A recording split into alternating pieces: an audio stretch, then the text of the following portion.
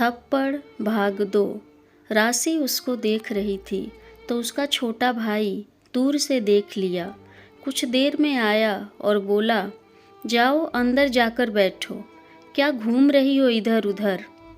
राशि उसकी बात सुनते ही बोली, तुम अपना काम करो ना, मैं क्या करूं, तुमको क्या मतलब है, निकल यहाँ से। वह बोला, देख जुबान मत लड़ा मोटी, वरना सबके सामने मार दूंगा तुमको। राशि बोली, बुद्धू मैं भी मार सकती हूँ, या फिर पापा को बोल दूंगी जाकर कि तुम हमको डांटे हो। राशि की सहेलियाँ सब सुन रही थीं। उसके भाई के दोस्त दूर खड़े होकर देख रहे थे। मनीष सोचा, इस मोटी से बकवास करने से अच्छा है इसको मरने देते हैं। मनीष चला गया। राशि वही घूमती रही। राशि की सहेलियाँ बोली, तुम्हारा भाई तुमको मोटी बुलाता है। राशि बोली, मेरा भाई है, कुछ भी बोले, तुम लोग चुप रहो। सब सहेलियाँ हंसने लगीं। फिर राशि बोली, अच्छा देखो ना उधर, कितना शांत लड़का है ना। उसकी सहेलियों ने उधर देखा और कहने लगीं, वेटर है, हाउस कीपिंग में आया होगा। राशि ने कहा, लेकिन उसने तो साधारण से कपड़े पहने हैं, वेटर के कपड़े नहीं हैं। इसका मतलब है कोई और है जो शादी में मदद कर रहा है, लेकिन कपड़े से लग रहा है कि गांव का होगा। राशि बोली, तो कौन सा मैं तुमको उससे शादी करने बोल रही हूँ, देखने के लिए सिर्फ बोली हूँ मैं तुमको। राशि फिर बोली, चलो यहाँ से। सब दूसरी तरफ चले गए। कुछ देर में देखा कि वह लड़का रिया भाभी के पापा से बात कर रहा है। राशि को लगा पक्का रिया भाभी का कोई रिश्तेदार है। राशि अपनी सहेलियों को बोली, चलो गोलगप्पे खाते हैं। लड़कियां तैयार हो गईं, सब गोलगप्पे खाने गईं। राशि अब उसको नज़दीक से देख रही थी। वह लड़का किसी से बोल रहा था कि कोई चीज़ की दिक्कत नहीं होनी चाहिए, बस सारे बाराती खुश हो जाएं। राशि ने सोचा कि उससे बात करे, लेकिन उस लड़के ने अभी तक एक बार भी राशि को नहीं देखा था, जो राशि सिर्फ उससे 10 मीटर की दूरी पर थी। राशि ने देखा वह जहाँ खड़ा है वहाँ आइसक्रीम मिल रही है। राशि एक सहेली का हाथ पकड़कर आइसक्रीम वाले के पास चली गई। अब राशि उस लड़के के काफ़ी नज़दीक थी। अभी उस लड़के सुनील की नज़र राशि पर गई और राशि की तरफ देखा। आइसक्रीम वाले के पास काफ़ी भीड़ थी। राशि की एक सहेली बोली कि भैया 2 आइसक्रीम इधर दे दीजिए, लेकिन आइसक्रीम वाले ने सुना ही नहीं। सुनील ने अच्छे से सुन लिया था तो आइसक्रीम वाले के पास जाकर 2 आइसक्रीम लेकर आया और राशि की सहेली को पकड़ा दिया। राशि के दोस्त खुश हो गए और राशि नाराज, क्योंकि सुनील ने राशि के हाथ में आइसक्रीम नहीं दिया था। सब बाराती खाना खा लिए। खाना के समय सुनील किनारे में खड़ा होकर सारी व्यवस्था को देख रहा था। उसने एक बार दोबारा राशि को देखा तो राशि को काफ़ी अच्छा लगा। कुछ समय बाद सब खाना खाकर वहाँ से चले गए। सुनील कुर्सी पर बैठकर किसी से फ़ोन पर बात कर रहा था। राशि ने सोचा कि वह आएगा, लेकिन सुनील बहुत देर तक अंदर नहीं आया। राशि भैया के बगल में बैठी थी तो उठ भी नहीं सकती थी। रिया भाभी और चंदन की शादी होने लगी। शादी के समय पंडित जी बोले, लड़की के भाइयों को बुलाइए।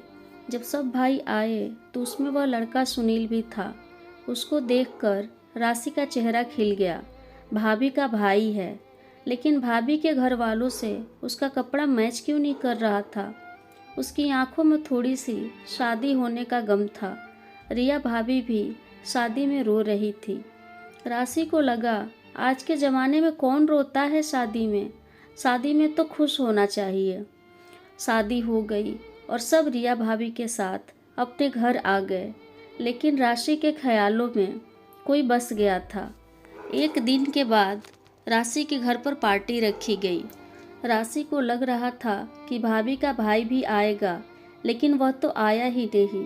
राशि सोचने लगी, क्यों, रिया भाभी का भाई है तो पार्टी में आना चाहिए ना। राशि अभी तुरंत रिया भाभी से इस चीज़ के बारे में पूछ भी नहीं सकती थी। सारे शादी के कार्यक्रम खत्म हो गए थे, मेहमान भी धीरे धीरे चले गए। रिया राशि के घर में सबको बहुत अच्छी लगी। इतनी पढ़ी लिखी थी, फिर भी घर के सारे कामकाज जानती थी। बहुत अच्छा खाना बनाती थी। राशि की माँ की सहेली बन गई थी रिया।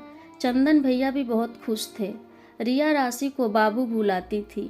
राशि भी भाभी की अब दोस्त बन गई थी। एक दिन रिया से राशि ने पूछ लिया कि भाभी आपके कितने भाई हैं। रिया बोली, क्यों बाबू। राशि ने कहा, बस जानना है, मेरे तो 4 भाई हैं। रिया ने कहा, मेरा एक ही भाई है, छोटा है, अभी 12वीं क्लास में है। फिर राशि ने पूछा, और चाचा मामा बुआ के लड़के नहीं हैं। रिया समझ गई कि राशि को कुछ तो हुआ है। रिया बोली, मेरे कोई चाचा नहीं हैं, एक ही मामा हैं और उनके 2 बेटे हैं और दोनों नौकरी करते हैं। मेरी शादी के पार्टी में आए थे। राशि बोली, और कोई नहीं है। रिया बोली, 2 बुआ हैं, एक के 3 बेटे हैं और एक के 2। राशि कंफ्यूज हो गई, अब क्या पूछे।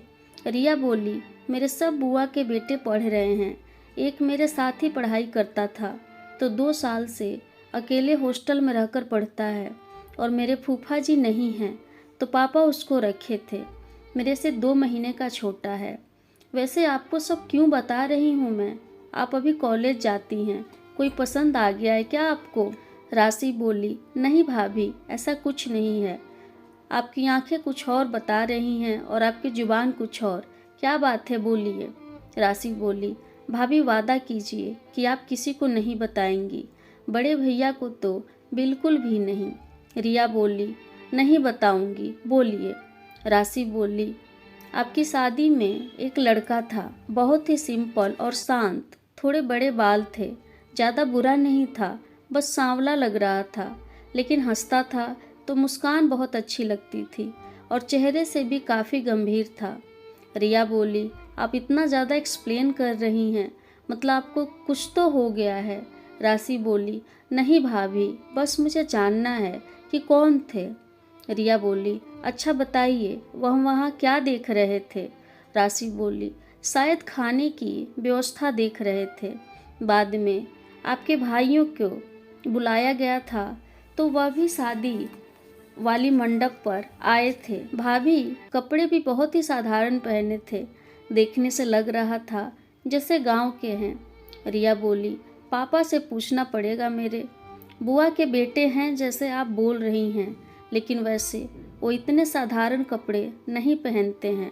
आपको कुछ बोला था क्या। राशि बोली, नहीं भाभी, वो मुझे बहुत अच्छे लगे, शहर में वैसा लड़का नहीं मिलता है ना। रिया ने कहा, ठीक है, पापा से पूछूंगी कि खाने की व्यवस्था मेरी शादी में कौन देख रहा था। राशि बोली, मेरे बारे में कुछ मत बोलिएगा उनसे। भाभी अभी पूछिए ना पापा से उनके बारे में। मेरे प्यारे दोस्तों, आगे की कहानी अगले भाग में। तो आगे की कहानी सुनने के लिए अगर आपने अभी तक चैनल को सब्सक्राइब नहीं किया है तो प्लीज़ सब्सक्राइब करें। आपका बहुत बहुत धन्यवाद।